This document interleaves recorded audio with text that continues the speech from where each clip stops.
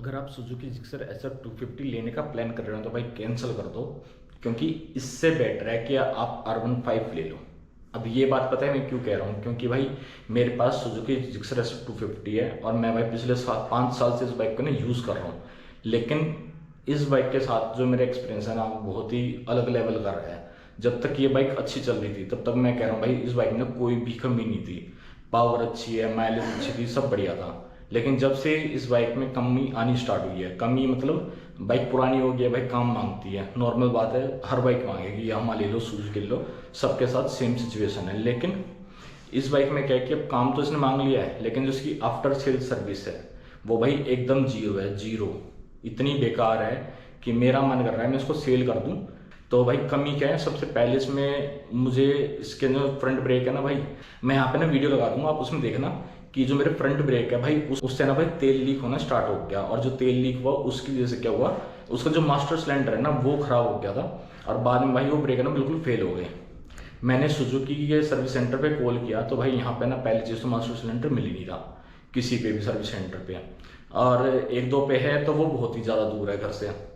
और जहाँ पे मैंने, जैसे नोएडा है मेरे पास में, जो नोएडा एटी हाउस है, नोएडा 63 में है वो। अब मैं हूँ भाई अभी ग्रेट नोएडा में। तो मैंने उनसे बात की, लास्ट मंथ मैंने उनको कॉल किया कि सर मेरा ऐसे ऐसे पार्ट्स की दिक्कत है मेरी सुजुकी में और ये मेरे ख़राब हो गए। एक पैनल था वो टूट गया था मेरा, राइट पे नीचे का जो इंजन गार्ड बोलते हैं वो, उसका मैं फोटो यहाँ पे स्क्रीन पे लगा दूंगा, वहाँ देख सकते हो।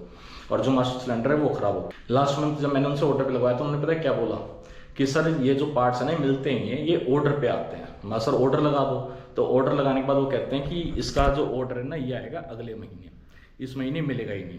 मैं चलो जी ठीक है, आप मैं ऑर्डर लगा दो। ऑर्डर लगाने के बाद फिर मैंने इस महीने उनको दोबारा कॉल किया तो पता है क्या कहते हैं, वो कहते हैं कि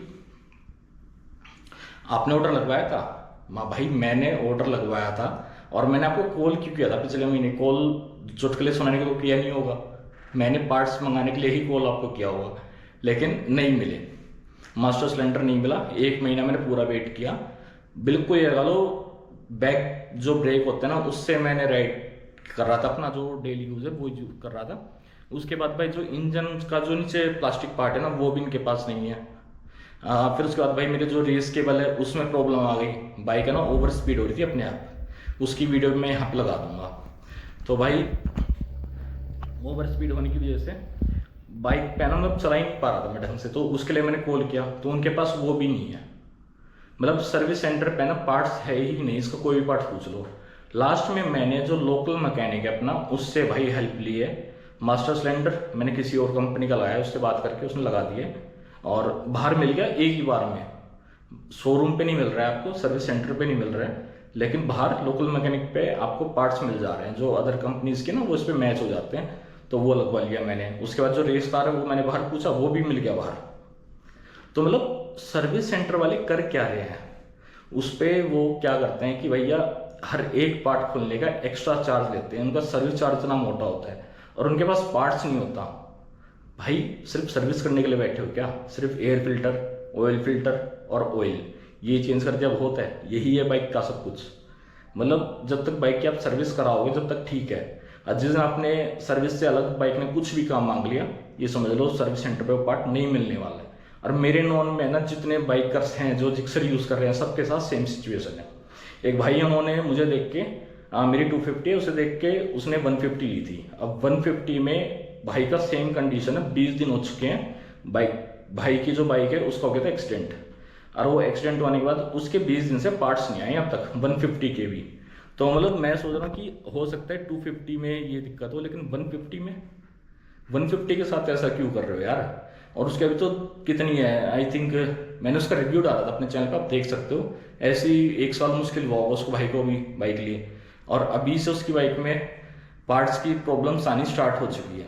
मतलब उसे पार्ट्स मिल ही नहीं रहे, वो वेट कर रहा है, इंश्योरेंस कंपनी को कॉल कर रहा है बार बार, शोरूम पे बार बार कॉल कर रहा है, लेकिन उसका सुनने वाला भाई कोई भी नहीं है। इवन एक भाई और अपने 250 वाले जिक्सर वाले, उनकी भी सेम कंडीशन है, वो भी करोल बाग से और इधर उधर से जुगाड़ करके जो पार्ट्स हैं वो अरेंज करते हैं।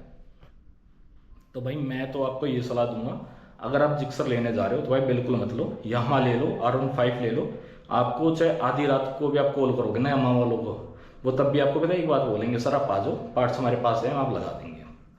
तो भाई ये सिचुएशन है यामाहा की और जिक्सर की, और यही रीज़न है जो यामाहा की बाइक सबसे ज़्यादा सेल होती है जिक्सर के, और जिक्सर सेल नहीं हो रही है उसका भी यही रीज़न है, जो इसकी आफ्टर सेल सर्विस है ना वो बहुत ही बेकार है, बहुत ही।